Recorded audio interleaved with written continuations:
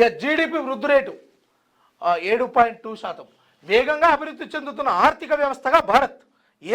ఏఐపై అప్రమత్తత, junk food ప్రకటనలపై నిషేధానికి మొగ్గు. వికసిత్ భారత్కు వ్యవసాయ రంగమే కీలకం. పార్లమెంటులో 2025-26 ఆర్థిక సర్వే విడుదల చేసిన నిర్మలా సీతారామన్ గారు ఇక జీడిపి తెలుసు కదా, ఈ జీడిపికి సంబంధించి వృద్ధి రేటు 7.2%కు వేగంగా మన దేశం అభివృద్ధి చెందుతుందట. నిజమేనా? ఎన్నిసార్లు రూపాయి పతనం కోరుకుంటుంది, జీడిపి వృద్ధి రేటు పెరుగుతుంది అని అంటే ఎట్లా నమ్మేది? మీరు అన్నీ రాసుకొచ్చే మాటలు, చెప్పే మాటలు ఏని కట్టడి చేయలేకపోతున్నారు. ఏ విషయంలో మీ కేంద్రంలోనే మీ సభలోనే ఏఐ చిత్రీకరించినటువంటి, మార్పింగ్ చేసినటువంటి వీడియోలు నిన్ననే హల్చల్ చేసినాయి. ఇక ప్రజలకు మీరు ఏ రకమైనటువంటి సూచన చేస్తూ ఉన్నారు, దాని పట్ల ఎలాంటి నిర్ణయాలు తీసుకోబోతా ఉన్నారు? కేంద్ర ప్రభుత్వం దీని మీద దృష్టి పెట్టాలి. ఈ విషయం పట్ల ఈ ప్రజలకు తెలిసే విధంగా వికసిత్ భారత్, ఇంకోటి ఇవన్నీ ఈ మాటలు పేర్లు చెప్పుకోవడానికి చాలా అందంగా, వినడానికి షోలకు వినసొంపుగా ఉన్నప్పటికీ అందులో మార్పులేవి. అసలు జరిగినటువంటి ఈడ విమానాల తయారీ ఇండియాకి వస్తుంది, అది ఎప్పుడు వస్తుందో చూద్దాం. ఇక అది మొత్తం జరిగిపోయింది, ముంగట పడ్డదని మాట్లాడుతూ ఉంటారు కదా. రైట్, మనం మళ్ళీ వెనక్కి వెళ్తున్నామా? 75 ఏళ్ళు గడిచిన కుల వివక్ష నుంచి బయటపడలేకపోవడం బాధాకరం. విద్యా సంస్థలు జాతీయ ఐక్యతను ప్రతిబింబించాలి. సిజేఐ సూర్యకాంత్. యూజీసీ కొత్త ఈక్వాలిటీ రూల్స్పై సుప్రీం స్టే మళ్ళీ సమగ్రంగా పరిశీలించాలని ఆదేశం. అయితే విషయం ఏంటంటే, యూజీసీ కొత్త ఈక్వాలిటీ రూల్స్ గతంలో 2012లో వచ్చిండే, మళ్ళీ ఇప్పుడు కొత్త 2026 ఒక రూల్ తీసుకొచ్చారు. ఈ రూల్ ఏంటంటే, ఈ యూనివర్సిటీలలో ఒక సపరేట్ రూమ్ ఉండాలి, ఒక సపరేట్ ఆఫీస్ ఉండాలి. విద్యార్థులు తర్వాత ప్రొఫెసర్లు ఏమైనా సమస్య ఉంటే అక్కడికి వెళ్ళి కంప్లైంట్ చేస్తే 15 రోజుల్లో వాటిని చర్చించాలి. ముఖ్యంగా విద్యాలయాల్లో కులం పనిచేస్తూ ఉన్నది. ఈ కులం, ఈ క్యాస్ట్ డిస్క్రిమినేషన్ పోవాలంటే ఇటువంటి ఆఫీసులు అవసరం అని చెప్పేసి 2026 కొత్త చట్టం తీస్తున్నామని చెప్పేసి ఒక చట్టాన్ని తీసుకొచ్చారు. తర్వాత ఏమైందంటే, ఈ చట్టం బాగానే ఉన్నది, కానీ ఈ చట్టంలో చాలా లోపాలు ఉన్నాయి. ఇది ఎక్కువ మిస్యూజ్ అయ్యే అవకాశం ఉన్నది. ఇంకా భారతదేశానికి స్వాతంత్రం వచ్చి ఇన్ని సంవత్సరాలు అవుతున్నా విద్యా సంస్థలలో కులం పేరు మీద హత్యలు జరుగుతున్నాయి. మనం తిరిగి వెనక్కి వెళ్తున్నామా, ముందుకు వెళ్తున్నామా అని చెప్పేసి సుప్రీంకోర్టు మాట్లాడుతున్నటువంటి పరిస్థితి. వేముల రోహిత్ హెచ్సియు హైదరాబాద్ సెంట్రల్ యూనివర్సిటీలో ఉన్నటువంటి విద్యార్థి కేవలం కులం పేరు మీదనే, కులం పేరుతో ఇట్లా తిట్టిరని చెప్పేసి జస్ట్ క్వశ్చన్ చేసినందుకే అతను ఆత్మహత్య చేసుకునేటట్టు ఆ విధమైనటువంటి దాడి చేసి చంపేసినటువంటి పరిస్థితి. యూనివర్సిటీలలో కులం పనిచేస్తా ఉన్నది. నిజంగా చెప్పాలంటే ఈ కులము ఇవన్నీ విషయాలు కూడా ఇప్పుడు విద్యాశాఖ మంత్రి ఎవరు ఉన్నారు? రేవంత్ రెడ్డి దగ్గర ఉంది శాఖ. దయచేసి విద్యాశాఖ మంత్రిగా ఇప్పుడు మీరున్నప్పటికీ అది ఇంకో ఆయనకు అప్పచెప్పురి. ఆ అప్పచెప్పిన దాంట్లో చేర్పులు మార్పులు చేయాల్సిన విషయం ఏంటంటే, స్కూల్ ఏజ్ నుంచే పిల్లలకు 1వ తరగతి చదువుతున్న కాడికించి 12th క్లాస్ అంటే ఇంటర్మీడియట్ వరకు పాఠ్యపుస్తకాలలో మీరు ప్రచురించాల్సింది ఏంటంటే, అలా చేయాల్సింది ఏంటంటే అంబేద్కర్ గారి విషయము, అదేవిధంగా ఐపీసీ ఇండియన్ పినల్ కోడ్ ఏదైతే నువ్వు ఇలాంటి ఈ తప్పు పని చేస్తే ఇంత శిక్ష పడుతుంది, దీనికి ఈ యొక్క బాధ కలుగుతుంది, నీకు నీ హక్కులేంది, ప్రాథమిక హక్కులేంది, నీ బాధ్యత ఏంది అనే విషయాలను పొందుపరచండి. భారత రాజ్యాంగంలో ఉన్నటువంటి విషయాలను పొందుపరచండి. స్కూల్ ఏజ్ నుంచే వాడికి తెలిస్తే, ఆ పిల్లలకు తెలిస్తే ఇలాంటి తప్పులు పెద్ద అయినాక దారి తీయయి. అందులో భాగంగానే మీరు విద్యాశాఖగా ఉన్నటువంటి ఆ మంత్రి ఆ పదవి ఏదైతే ఉందో ఆ పోస్టును తీసి వేరేటోళ్ళకి ఇవ్వరు. మీతోటి కాదు, 4 నాళ్ళు మీ దగ్గర పెట్టుకొని ఇటు అమెరికా, అటు దావోసు, అటు తిరిగేటోళ్ళకి మీకు ఎందుకండి? అవసరమా? పిల్లలు ఏ పరిస్థితి ఉన్నది, ఏం జరుగుతున్నది, మొక్క వంగని మానవి వంగుతుందా? కాదు కదా. అందుకోసం మీరు ఈ పాఠ్య పుస్తకాలలో అంబేద్కర్ గారు రచించినటువంటి భారత రాజ్యాంగం ఈ విలువలను అందులో పొందుపరచండి. అందులో భాగంగానే ఇండియన్ పినల్ కోడ్ కూడా ఉండాలి. ఎందుకంటే అరే నువ్వు ఒకరిని తిడితే నీకు ఏం శిక్ష పడుతుంది, ఓని మర్డర్ చేస్తే ఏం శిక్ష పడుతుంది, ఓని కొడితే ఏమవుతుంది, ఇవన్నీ కూడా నువ్వు ఒక దొంగతనం చేస్తే ఏం జరుగుతుంది, నీ జీవితానికి సంబంధించినటువంటి శిక్షలు ఏ రకంగా ఈ భారత రాజ్యాంగం ఈ ఇండియన్ పినల్ కోడ్లో ఏ రకమైనటువంటి పొందుపరిచారు. ఇవాళ వాడు పెద్దగా తప్పు చేసేదాకా వానికి ఏం శిక్ష పడుతుందో వానికి తెలియదు. ఐపీసీ 302 అంటే ఏంది, లేకపోతే 160 సిఆర్పిసి గీ ఉత్త నోటీసులు ఇచ్చేసి ఇదంటే ఏంది, లేకపోతే 520 అంటే ఏంది, 506 అంటే ఏంది, ఈ మొత్తానికి సంబంధించినటువంటి ఇవి పిల్లల దశ నుంచే తెలిస్తే వాడు తప్పు చేయడానికి వెనుకాడతాడు. రేపు పొద్దుగాల వెళ్ళే మార్గంలో గొయ్యి ఉంది, ఆడ బావి ఉంది, నువ్వు పడతావురా అంటే పోతాడా? వాడికి తెలుస్తుంది కదా ఫస్ట్ నుంచి. అందుకోసం ఇదంతా చదువు చెప్పే ప్రతి ప్రైవేట్ స్కూల్లో కావచ్చు, ప్రభుత్వ స్కూల్లో కావచ్చు, భారత రాజ్యాంగాన్ని అందులో పొందుపరచండి. ఇండియన్ పినల్ కోడ్ కూడా దానికి సంబంధించిన విషయాలు చెప్పండి. అప్పుడే దీనిలో ఎంతో కొంత మార్పు జరుగుతుంది. ఇక మీ దగ్గర డబ్బులు ఉన్నాయి, పైసలు ఉన్నాయి, మీరు మీ పిల్లలు ఎలాంటి తప్పులు చేసినా మీరు ఏదో రకంగా ఎట్లయితే అందులో లొసుగులు ఉన్నాయో ఆ లొసుగులను వాడుకొని బయటికి రావాలి. ఓ పేదోడు అన్యాయం జరిగితే కోర్టులో చెప్తున్నాయి, ఈ కోర్టులో లభించినటువంటి న్యాయము పైకోర్టుకు పోతే దొరుకుతుంది. మరి అందులోనే లొసుకున్నట్టు కదా. మరి పేదోడు ఎక్కడికి పోతాడు? పోతే లాస్ట్ హైకోర్టు కాడికి పోతాడు. సుప్రీంకోర్టు కాడికి పోవాలంటే ఓ లాయర్ను పట్టుకోవాలంటే ఎన్ని పైసలు కావాలి? ఇదంతా ఆలోచించండి ప్రజలారా. ఇప్పటికైనా మీరు మేల్కొనండి. మీకు ఎవడైతే హామీలు ఇచ్చి మీ విద్యా వ్యవస్థ అంటే పిల్లల తల్లిదండ్రులకు ఏవైతే హామీలు ఇచ్చి మీ పిల్లల భవిష్యత్తు ఇలా ఉంటుంది, లేకపోతే ఇంకోటి ఇట్లుంటుంది అని చెప్పినటువంటి ఈ రాజకీయ దొంగలు కొంతమంది ఎవరైతే ఉన్నారో వారి మాటలు నమ్మి ఇంకా మోసపోకండి. మీరు మీ యొక్క ప్రయోజనాలు కాకుండా మీ పిల్లల భవిష్యత్తును చూడండి. వాళ్ళను నాయకునిగా ఎన్నుకోండి. విద్యార్థి దశ నుంచే పొలిటికల్ సిస్టమ్ మీద ఒక అవగాహన ఏర్పడే విధంగా మీరు ప్రయత్నాలు చేయండి. కానీ ఈరోజు ఏం జరుగుతుంది? అయ్య పోతే కొడుకు, కొడుకు పోతే మన్మడు. ఇది రాజకీయాల అంటే బానిసత్వానికి, చెంచాగిరానికి ఎక్కువైపోయింది. మాన్యవర్ కాన్శీరామ్ గారు పొందుపరిచింది ఏంది? ఈ వ్యవస్థలో పోరాడేటోడు, పోరాటానికి ముందు ఉండేటోడు ఎట్టి పరిస్థితుల్లో దాని నుంచి వచ్చేటువంటి ఫలితాన్ని అనుభవించక ఇతరులకు చేరవేస్తేనే వాడు సరైన నాయకుడు. ఇక ప్రతోడు ఈ రేవంత్ రెడ్డి తక్కువేగరనా?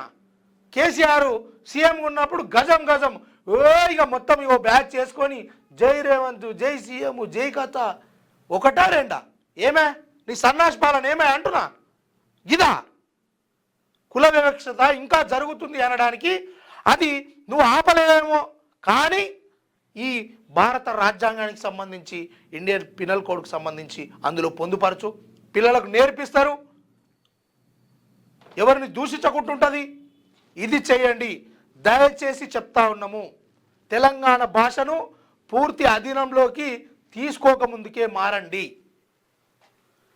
అయితే ఈ యూజీ సీరియల్ 2026 ప్రకారంగా దాంట్లో చాలా లొసుగులు ఉన్నాయని చెప్పేసి మళ్ళీ 2012 రూల్స్నే కొనసాగించాలి. ఈ రూల్స్ మళ్ళీ కొత్త రూల్స్ వచ్చేంత వరకు పాత రూల్స్నే కొనసాగించాలని చెప్పేసి సుప్రీంకోర్టు చెప్పినటువంటి పరిస్థితి. ఇప్పుడు వాస్తవంగా పిల్లల్ని స్కూల్లో చేర్పించేటప్పుడు ఏమేమి అడుగుతారు? పిల్లల్ని స్కూల్లో చేర్పించేటప్పుడు క్యాస్ట్ సర్టిఫికేట్ అడుగుతారు, తర్వాత ఇన్కమ్ సర్టిఫికేట్ అడుగుతారు. Income certificate and caste certificate. సరే, స్కూళ్ళలో క్యాస్ట్ సర్టిఫికేటు కొంత రిజర్వేషన్ వస్తుంది, కొంత స్టైఫండ్ వస్తుంది కాబట్టి స్కూళ్ళలో క్యాస్ట్ సర్టిఫికేట్ అడుగుతారంటే ఒప్పుకుందాం. కానీ నాకు అర్థం కాని విషయం ఏంటంటే గవర్నమెంట్ దవాఖాన్లలో మీ క్యాస్ట్ ఏందని అడుగుతారు. గవర్నమెంట్ దవాఖాన్లలో క్యాస్ట్ ఎందుకు వస్తున్నది?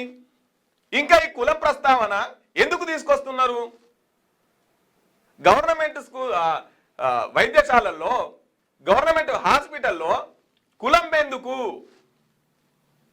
అవసరం లేదు కదా. అక్కడ ఒక వీసీ సంవత్సరాలు పట్టింది ఒక మాదిగ బిడ్డ ఉస్మానియా యూనివర్సిటీకి వీసీ కావడానికి. ఒక 100 సంవత్సరాలు పట్టింది. 100 సంవత్సరాలు అయితే తప్ప ఒక మాదిగ బిడ్డ వీసీ కాలేనటువంటి పరిస్థితి. ఇంకా ఈ జాతి, ఇంకా ఈ కుల వివక్షత, పేరుకేమో మనమంతా సమానత్వం, ఈక్వాలిటీ, మనమంతా ప్రజాస్వామ్యం అని చెప్తున్నా కూడా దీని వెనుక ఈ కుల వివక్షత ఎంత పనిచేస్తుంది చూడండి. రైట్, నేను ఒక చిన్న ఎగ్జాంపుల్ చెప్తా. ఒక నిమిషం మధు, కుల వివక్ష అంటున్నావు. ఈ కులానికి సంబంధించి కులపోడు గెలిస్తే కులపోడికి ఏం బీకేడే? ఒక నిమిషము, ఇప్పుడు నువ్వే మాట్లాడుతున్నావు, ఎస్సీ గురించి నువ్వు మాట్లాడుతున్నావు, నేను బీసీ గురించి మాట్లాడతా. ఎస్సీలో ఉన్నటువంటి ఇప్పుడు రిజర్వేషన్ పరంగా వచ్చినటువంటి వాళ్ళు ఎంతమంది? బాబాసాహెబ్ అంబేద్కర్ పుణ్యమాని రిజర్వేషన్ అనుభవించుకుంటూ ఇప్పటి వరకు ఎమ్మెల్యేలు, ఎంపీలు, మినిస్టర్లు, ఉప ముఖ్యమంత్రులు అయిన వాళ్ళు ఎంతమంది ఉన్నారే? ఈ దొంగలు ఏమన్నా ఆ కులపోడికి సాయం చేసిన వాళ్ళు ఉన్నారు. మాదే మళ్ళా గాడికే పోవాలి, బానిస లెక్క కింద కూర్చోవాలి, గిది కదా చేసిందంతా. కానీ మరి మన కులపోలే కదా, అయ్యో వెనుకబడి ఉన్నారు కదా, వానికోటి ఎస్సీ ఎస్టీ రిజర్వేషన్లో కారు ఇప్పిస్తా, లేకపోతే ఇంకో పని చేపిస్తా, వాడు మా పౌరాలు చదువుకోనికి ఒక స్కూల్ నిర్మిస్తా అనేది ఉన్నది. అవన్నీ గవర్నమెంట్ నుంచే రావాలి. నువ్వు డబ్బున్నోనివి కదనే, నిన్ను ప్రజలు ఉత్తగానే ఎన్నుకున్నారా? కాదు కదా. ఒక రిజర్వేషన్ తోటి వచ్చిందా? ఇలా రిజర్వేషన్ తీసేస్తే ఒక్కడన్నా అవుతాడే ఎమ్మెల్యే అయ్యా పరిస్థితి ఉందా? ఇదంతా లేదు. ఏమన్నా అంటే ఈ కులాన్ని ఆడిదిట్టా, ఆని కులాన్ని ఇడిదిట్టా. నీ కులపోనికి నువ్వు వాళ్ళ దగ్గర పైసలు లేకపోతే పిల్లనే ఇవ్వరా? ఇస్తావా? నీ కులపోడే. ఇప్పుడు నేను ఒకటే మాట అంటున్నా, ఇప్పుడు మాదిగోళ్ళు, మాలోళ్ళు, కమ్మరోళ్ళు, కుమ్మరోళ్ళు, బీసీలు ఎవరైనా కాదు. నేనేమంటున్నా, ఇవాళ మాట్లాడుతున్నటువంటి కులాల గురించి వీళ్ళే మళ్ళీ రాజకీయ నాయకులు ఉంటారు, వీళ్ళే అధికారంలో ఉంటారు, వీళ్ళే లుచ్చలు తిడుతూ ఉంటారు. ఇంకా మళ్ళా ఇప్పుడు నీ కులపోడని పేదోనికి నీ బిడ్డని ఇస్తావా? పైసలుంటే సమానం, లేకపోతే కులం ఎక్కడిది? కులాలను వాడుకొని ఎదుగుతున్నటువంటి ఎంతోమంది దొంగలు ఇవాళ కులం గురించి ఏం చేసిరా?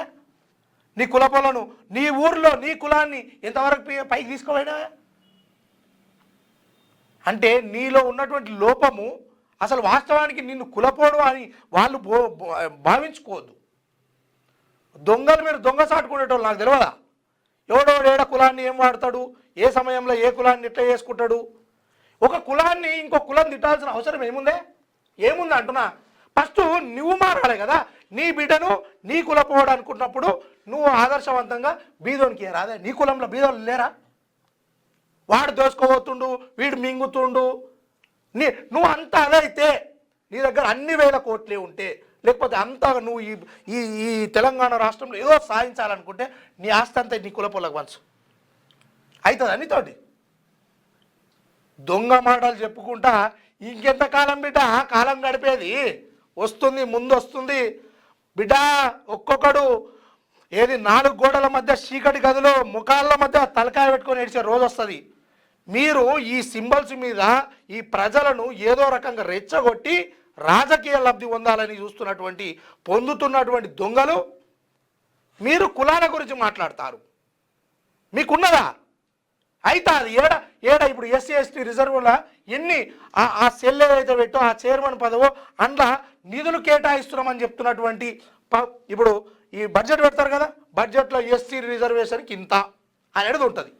ఆ రిజర్వేషన్ ఫండ్ ఏమైంది, నా రిజర్వేషన్ ఫండ్ ఏమైందని ఒక సన్నాసాన్ని అడిగేటట్టు ఉందా? ఆ రిజర్వేషన్ ఫండ్లో నుంచి పేదలకు బిడ్డ నువ్వు ఈ బిజినెస్ చేసుకో, నీకు ఇళ్ళకించి ఒక 5-10 లక్షలు ఇస్తున్నాము అని చెప్పిన సన్నాసులు ఎంతమంది రే? వాడు దోస్త్ అయితే, వాడు పక్కపొంటుంటే, వాడు జెయ్య అంటే వానికి ఒక కారో లేకపోతే ఇంకోటో ఇచ్చి వాడిని జీవితాంతం సేవ చేయించుకుంటాడే. మరి అలాంటిది నీ ఇంట్లోకే చేపిస్తలేవు కదా.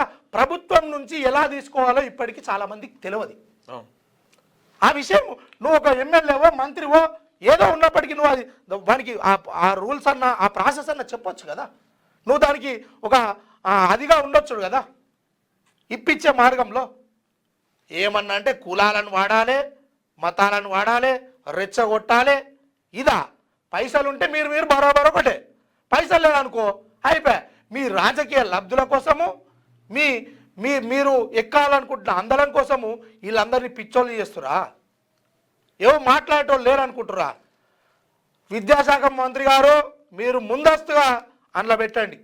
ఏది చదువుకునే పిల్లలకు ఫస్ట్ ఈ భారత రాజ్యాంగము, అసలు ఈ ఇండియన్ పినల్ కోడ్, ఈ 2 విషయాలు తెలవాలి.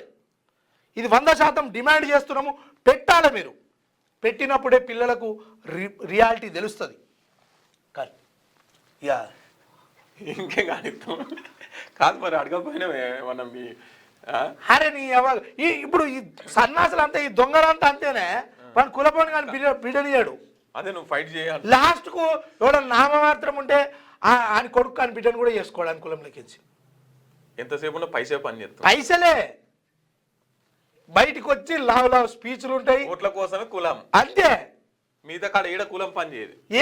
ఏడనే మనం మొన్ననే మరి చెప్తా నేను, అంత దొంగల ముఠ. Right, okay. క్యూన్యూస్ పేరు చెప్పి ఎవరైనా వసూళ్లకు, అక్రమాలకు, బెదిరింపులకు గురి చేసినా క్యూన్యూస్కి సమాచారం ఇవ్వండి. క్యూన్యూస్ ఎప్పుడూ ఇలాంటి చర్యలకు పాల్పడదు, ప్రోత్సహించదు. క్యూన్యూస్ ఎల్లప్పుడూ ప్రజా గొంతుకగా ప్రజల సమస్యల కోసం నిరంతరం పోరాడుతుంది. మీకు ఎలాంటి సమస్య ఉన్నా క్యూన్యూస్ని కాంటాక్ట్ అవ్వండి. సంప్రదించవలసిన ఫోన్ నెంబర్ 7569534968 8688926084.